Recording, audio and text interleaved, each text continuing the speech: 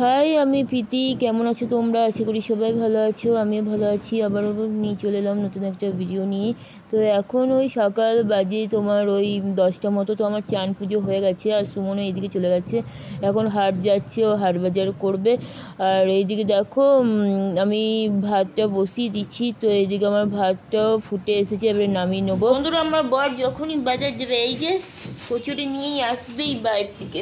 ওরও ভাত যে ঘরের ছাতু আছে তা খাবে কেন, হলদিক্স আছে খাবে কেন। তো যাই হোক, দেখলেই তোমরা যে যে বাইরে গেলেই কিছু না কিছু নিয়েই আসবে, ওর অভ্যাস কচুরি আনার। তো ওকে দিয়ে দিলাম জলখাবার ছিল কচুরি। প্রায় দিনই ওই জলখাবারে কচুরি খাওয়া হয় আর কি। তো জলখাবার খেয়ে রান্নাঘর চলে এসেছিলাম। তো এখানে দেখো হাঁসের ডিমগুলো সেদ্ধ হয়ে গেছে।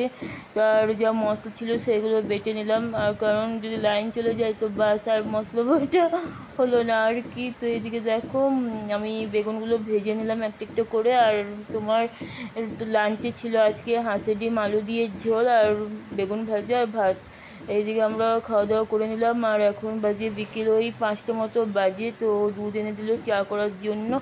আর এক সাইডে দুধটা বসিয়ে দিয়েছিলাম গরম করতে। আর সুমন চলে গেছিলো সিঙ্গারা আনতে। তো এদিকে সিঙ্গারা টিঙ্গারা খেলাম আর ওকে দিয়ে দিলাম চা। আর ও এখন চাটা খেয়ে একটু বাইরে যাবে।